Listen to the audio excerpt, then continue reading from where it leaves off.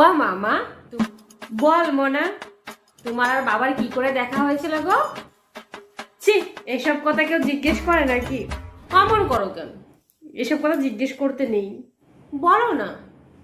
আমি তখন বড় হয়ে গেছি, তাই না? বলে কি হয়েছে বলো না। আচ্ছা ঠিক আছে ঠিক আছে, বলছি বলছি।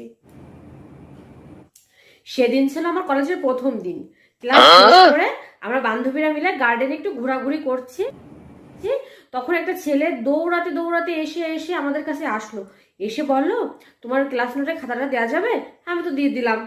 দেওয়ার পরে সেই যে আমাদের কথা শুরু হলো, আস্তে আস্তে কখন যে প্রেমে পরিণত হলো আমি বুঝতেই পারলাম না।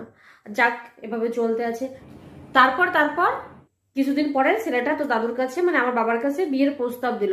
তো দাদু তো এক কথায় না বলে দিল, ধরে বেঁধে তোর বাবার সাথে আমাকে বিয়ে দিয়ে দিল। তারপর থেকে এই যে জীবনটা জ্বলে পড়ে শেষ হয়ে গেল। একটা বছর পরে তুই চলে আসে। ও মামা, বল মোনা, তোমার আর বাবার কি করে দেখা হয়েছিল গো? ছি, এসব কথা কেউ জিজ্ঞেস করে নাকি? অমন করো কেন? এসব কথা জিজ্ঞেস করতে নেই, বলো না। আমি তখন বড় হয়ে গেছি, তাই না? বলে কি হয়েছে বলো না। আচ্ছা ঠিক আছে ঠিক আছে, বলছি বলছি। সেদিন ছিল আমার কলেজের প্রথম দিন। ক্লাস শেষ করে আমরা বান্ধবীরা মিলে গার্ডেনে একটু ঘোরাঘুরি করছি। তখন একটা ছেলে দৌড়াতে দৌড়াতে এসে এসে আমাদের কাছে আসলো। এসে বলল, তোমার ক্লাস নোটের খাতাটা দেওয়া যাবে? আমি তো দিয়ে দিলাম। দেওয়ার পরে সেই যে আমাদের কথা শুরু হলো, আস্তে আস্তে কখন যে প্রেমে পরিণত হলো আমি বুঝতেই পারলাম না। যাক, এভাবে চলতে আছে।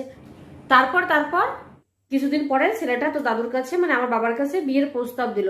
তো দাদু তো এক কথায় না বলে দিল, ধরে বেঁধে তোর বাবার সাথে আমাকে বিয়ে দিয়ে দিল। তারপর থেকে এই যে জীবনটা জ্বলে পড়ে শেষ হয়ে গেল। একটা বছর পরে তুই চলে আসে।